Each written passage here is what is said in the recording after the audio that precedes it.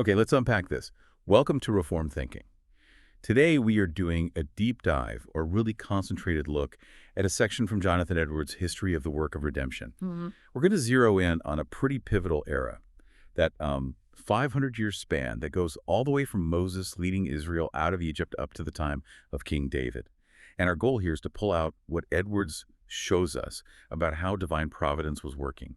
It wasn't just a series of random events. It was, organized. It was systematically getting the world ready for Christ's coming. We're going to see the Old Testament not as just separate histories, but as these continuous steps towards salvation. And what's so interesting here is how it really demonstrates the coherence of God's plan.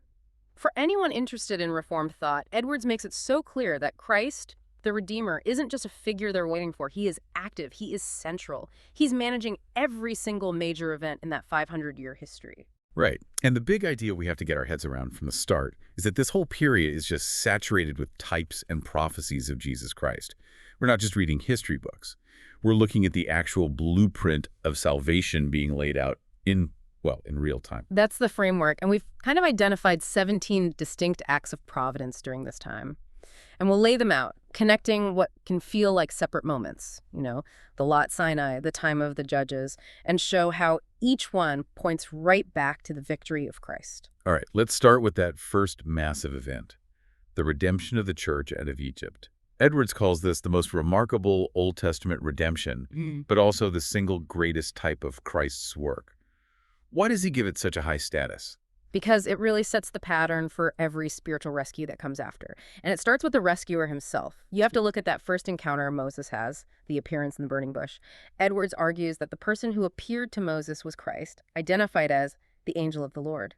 Okay, that phrase, the angel of the Lord, can be a point of confusion for people. When Edwards says that's Christ, what does that really establish of a Christ's role before the incarnation? It establishes his preexistence and his active managerial role in the whole plan of salvation. The title angel doesn't suggest he's a created being.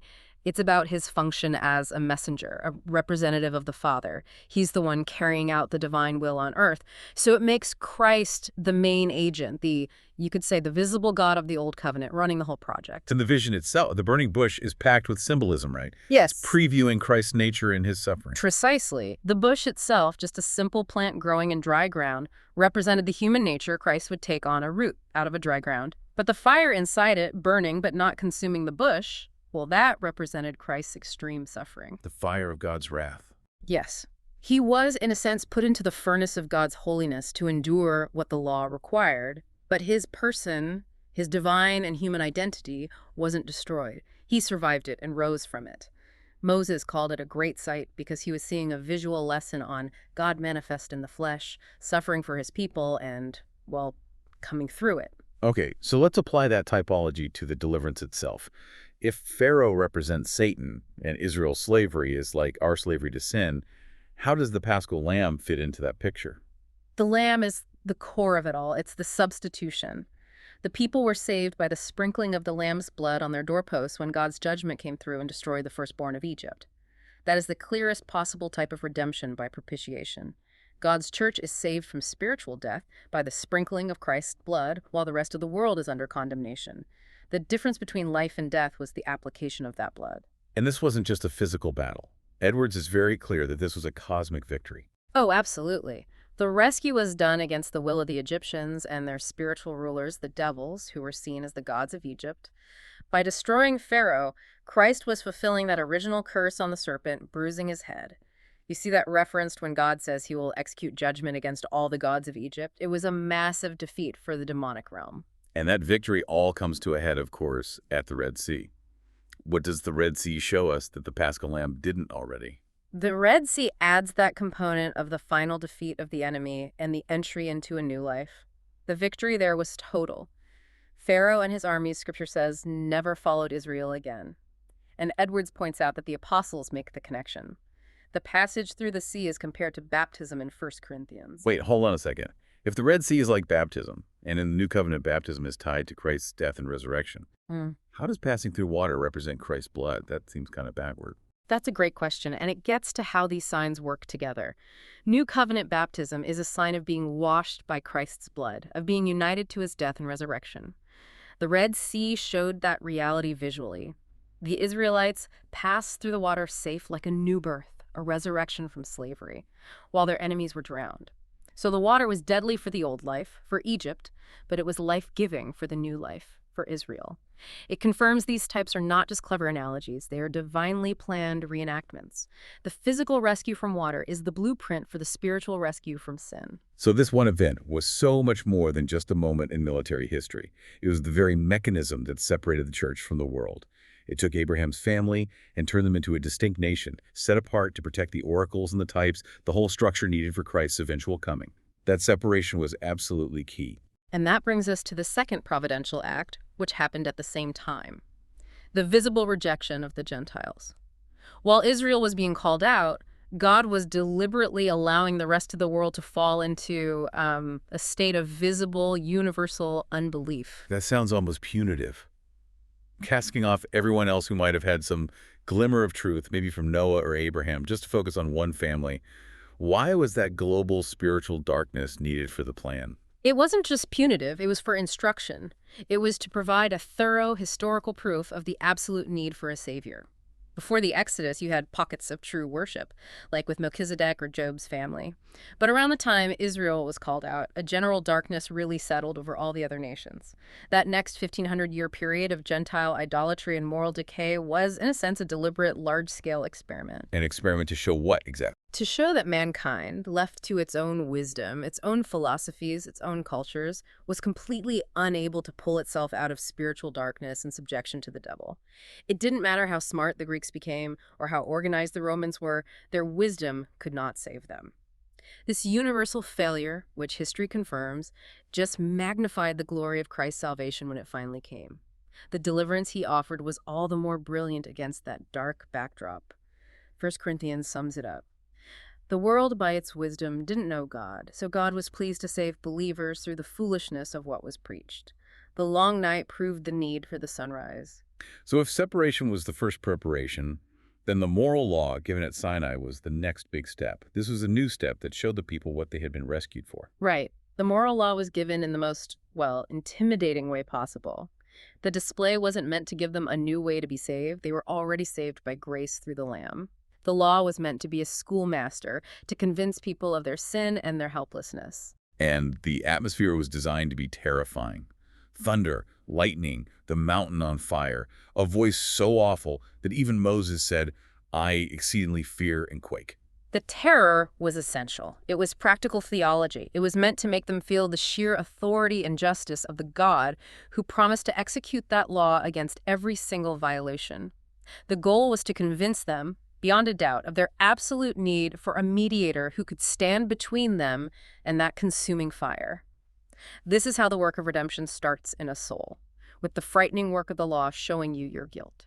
Okay, that covers the law's condemning function. But it also have a positive role for those who've already been saved, right? That's the third use. The law, as a rule of life, is used by the Redeemer as a guide for his people. It shows them the path of grateful obedience. It's the roadmap for sanctification. And that moral law was followed by the typical law, which really broadened the whole scope of this typological preparation. This was a massive step.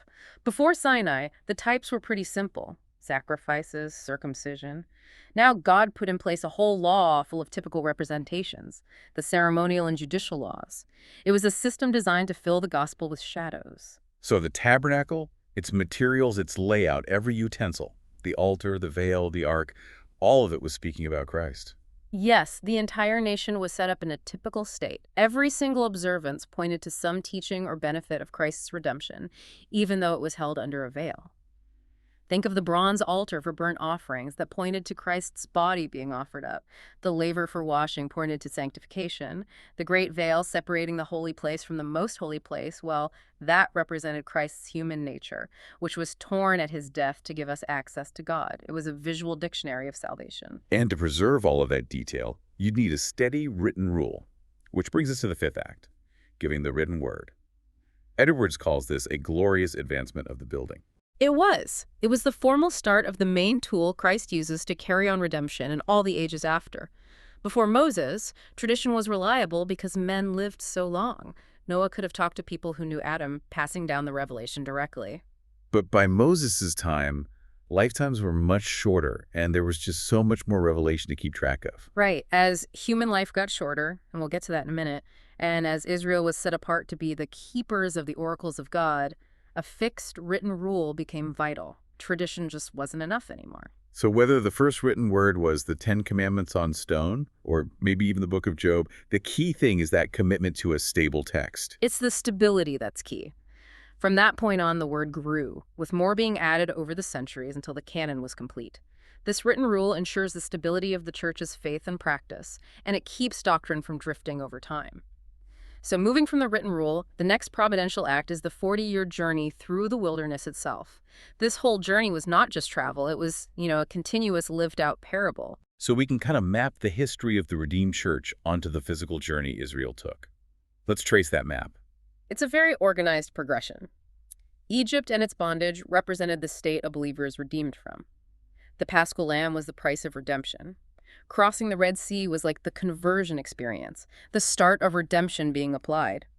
The wilderness travel represented the church's difficult journey through this world. And finally, Canaan was the type of the eternal inheritance of heaven. And the specific details of how they survived in the desert become these clear types for our spiritual life today. Think about their guidance. The pillar of cloud and fire. That's Christ leading his people, protecting them from the heat and giving them light in the dark. Their daily food was manna from heaven, a symbol of Christ as the true bread of life. And the water came from the rock, which Paul says plainly was Christ. All of this shows a daily divine supply, confirming that Christ is always supporting his church. And this isn't just us reading back into it. The Apostle Paul confirms that God intended this connection. That's right. In 1 Corinthians chapter 10, he says that these things happened unto them for types and were written down for our instruction. That really removes any doubt that these were pre-planned visual representations of Christ's saving work, meant to teach the gospel before it fully arrived. Now, the seventh act of providence is one that seems negative, but Edwards argues it was a calculated move, the shortening of man's life.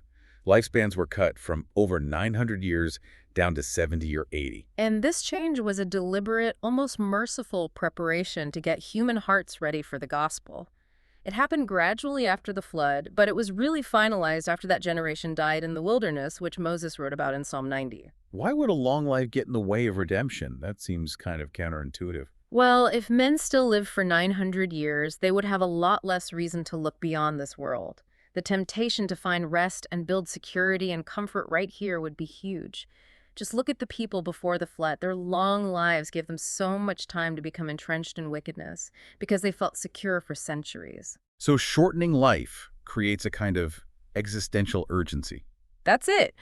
By making people poor, short-lived creatures, they are more likely to joyfully entertain the glad tidings of everlasting life. The certainty of a quick departure from this world makes the promise of eternal rest much more attractive.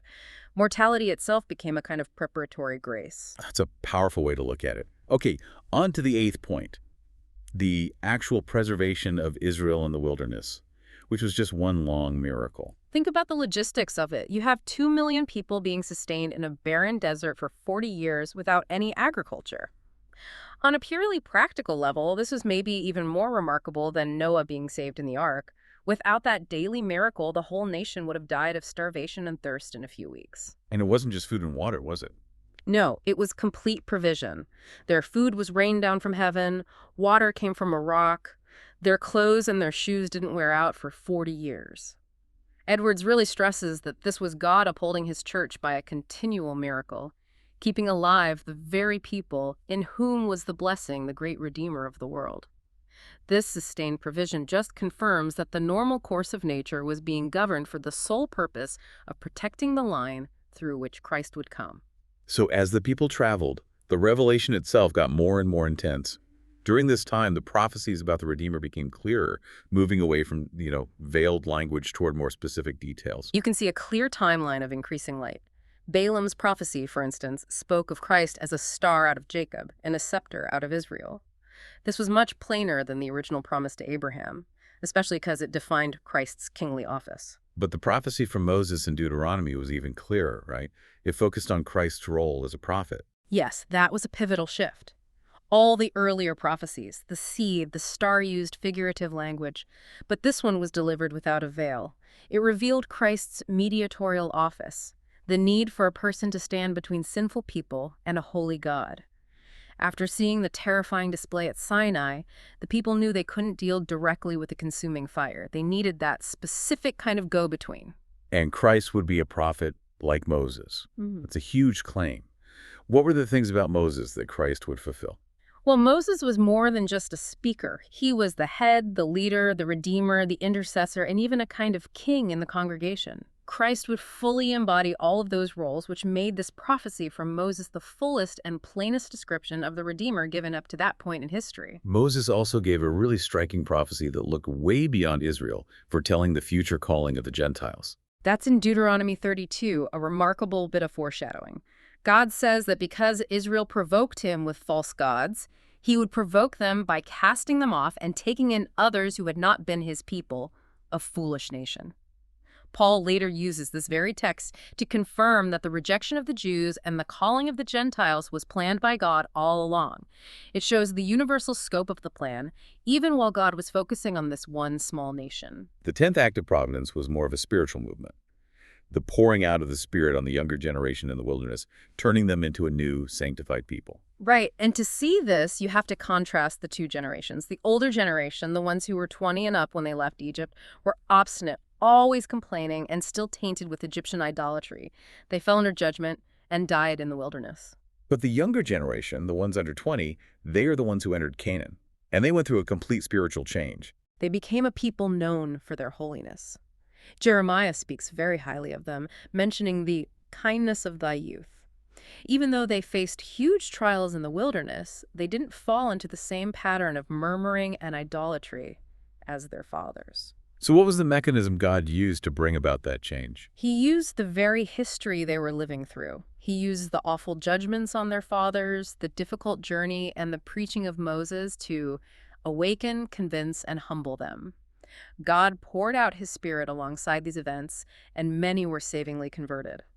So this spiritual cleansing was essential for the church to actually function once they settled in the land. It secured the orderly establishment of the Israelite church. This spiritual flourishing led to them renewing the covenant, which prepared them to receive the great mercy of entering the land. It's a bit like the outpouring of the Spirit that established the Christian church in the Apostles' day. A new structure needs a new heart.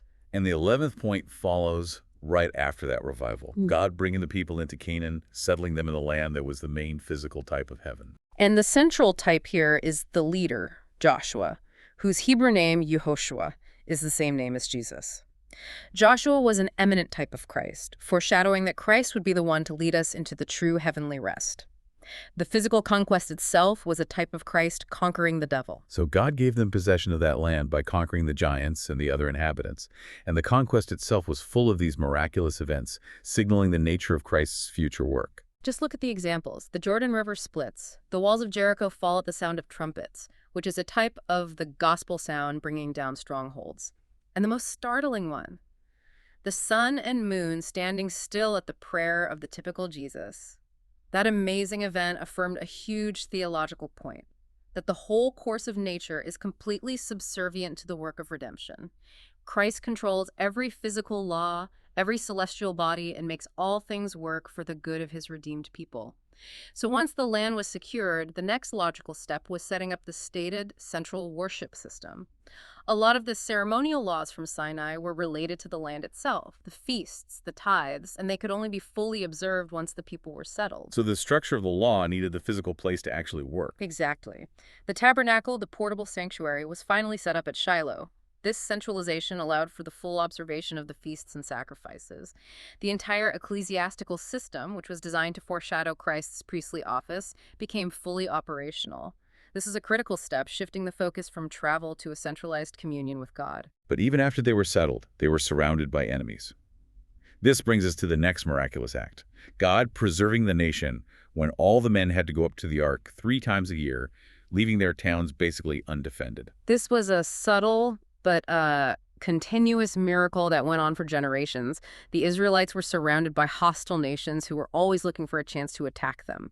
And 3 times a year, the land was left completely exposed, with just the women and children and the infirm left in the cities. You would think that would be the perfect time for an enemy to invade. A guaranteed win. And yet, in all their history, we never read of any enemy taking advantage of that vulnerability. This was a sovereign influence of God on the hearts of their enemies, and it lines up with his promise in Exodus. Neither shall any man desire thy land when thou shalt go up to appear before the Lord. This sustained preservation was a miracle of psychological control, and it was necessary to keep God's great design of redemption moving forward. Despite that preservation, the era of the Judges was just filled with these heartbreaking cycles of apostasy. The 14th and 15th points cover how God intervened to keep the church line from being extinguished. Right, that cycle of apostasy shows just how prone people are to forsake the true God. The land just seemed to be constantly overrun with idolatry. However, Edwards notes that God never suffered his true worship to be totally rooted out. The essentials, the ark, the written law, the priesthood, were always preserved, even if they were barely functioning. When religion seemed almost gone, God would grant a revival, raising up an angel or a leader to start a reformation. And even when they were conquered by their enemies, the Philistines, the Midianites, the nation itself was kept from being completely destroyed. The very survival of the nation that held the church was a wonder. They were constantly being brought under the dominion of their enemies, but whenever the nation got to the very brink of ruin, God would raise up a deliverer. This fulfilled the promise in Deuteronomy 32, that the Lord will judge his people when he sees that their power is gone. And these deliverers, people like Barak, Gideon, Samson, they were temporary saviors, acting as types of Christ. They were physical demonstrations of the principle of rescue. They were raised up by God to save Israel when Israel couldn't save itself. Samson, especially, has a lot of clear typological details that prefigure Christ's death and victory like dying with his enemies in order to defeat them. The 16th act of Providence is about Christ's repeated pre-incarnation appearances, where he often appeared in the form of the nature he would one day assume. That's an incredible statement about his eternal plan. It's a credible piece of evidence for the continuity of the plan. He appeared over and over. For example, he appeared to Moses when Moses asked to see his glory, and the text says Moses beheld the similitude of the Lord. That image Moses saw was almost certainly a glorious human form, pointing to his future glorified human nature. And he also appeared to the 70 elders and to Joshua. Yes, in Exodus 24, the elders saw the God of Israel, and he's described in human terms. And he appeared to Joshua as the captain of the host of the Lord, preparing him for the conquest of Canaan. Seeing the commander of the redeemed army gave Joshua the authority and confidence he needed. But the appearance to Manoah, Samson's father, seems to pack the most complicated typology into one event. That event in Judges 13 connects his future incarnation and his sacrificial death so clearly. Christ appeared to Manoah in a human form, which points to the incarnation, but then he connected that appearance directly with a burnt offering. He ascended up in the flame of the sacrifice. This was a representation that he himself was the great sacrifice that had to be offered up in the fire of God's wrath, just like that animal was. Christ kept appearing in this pre-incarnation human form because he was already carrying on the very same work he would one day fully accomplish. And this brings us to the final great step in this period, which happened around the time of Samuel, the beginning of a constant succession of prophets and the creation of schools to train them. Before Samuel, prophecy was just occasional. The Bible even says that in those days, the word of the Lord was precious. There was no open vision. The light of revelation was scarce, but Samuel changed all that. He established a constant order of men that would continue, with very little interruption, all the way until Malachi. The New Testament even points to Samuel as the start of this official succession. So why, after all these centuries of types and the written law, was it necessary to create a physical institution for this? Because God intended this succession to last for ages, Samuel established the first schools of the prophets. And these weren't just Bible studies. They were schools where young men were trained under a master like Samuel, or later Elijah and Elisha, in the intense study of divine things and in holiness, to fit them for the office, as God would call them. They were known as the sons of the prophets. And we see them operating as these organized communities in places like Bethel and Jericho. There's even that story where the schools grew so large they needed to build bigger housing. This was a serious growing institution in Israel. It was a divine institution designed specifically to prepare the way for the Messiah. The central, essential business of this entire line of prophets was to foreshadow Christ and the glorious redemption he was to accomplish, not just in general terms, but in more and more detail. So their main academic and spiritual work was basically Christological research. That's a perfect way to put it. The prophets in these schools were constantly inquiring and searching diligently about the salvation that was to come, testifying beforehand of the sufferings of Christ and the glory that should follow, as Peter says. They became the steady source of light for the Old Covenant church, maintaining doctrinal purity and the expectation of the Messiah. And this succession confirms what the New Testament says about the church being built on the foundation of the prophets and apostles. This was the first time in history God appointed a continuous, standing order of men whose specific job was to point to the coming Redeemer and detail his work. It standardized hope itself. So we've just gone through a concentrated look at 17 deliberate, connected acts of divine providence that span half a millennium. From the miracle of the Exodus all the way to the systematic training of prophets under Samuel, every single event was oriented toward one objective: the visible manifestation of the Redeemer. And the key takeaway for you, the listener, is just how systematic God's rule is. Even during those chaotic times, like the era of the Judges, nothing in Israel's history was random. Every event either established the moral need for Christ by proving human failure, or it provided a specific, tangible picture of his saving work.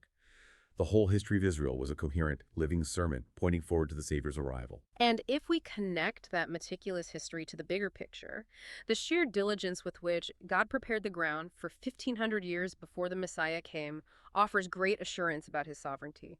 He didn't leave the history of his people to chance or to human wisdom.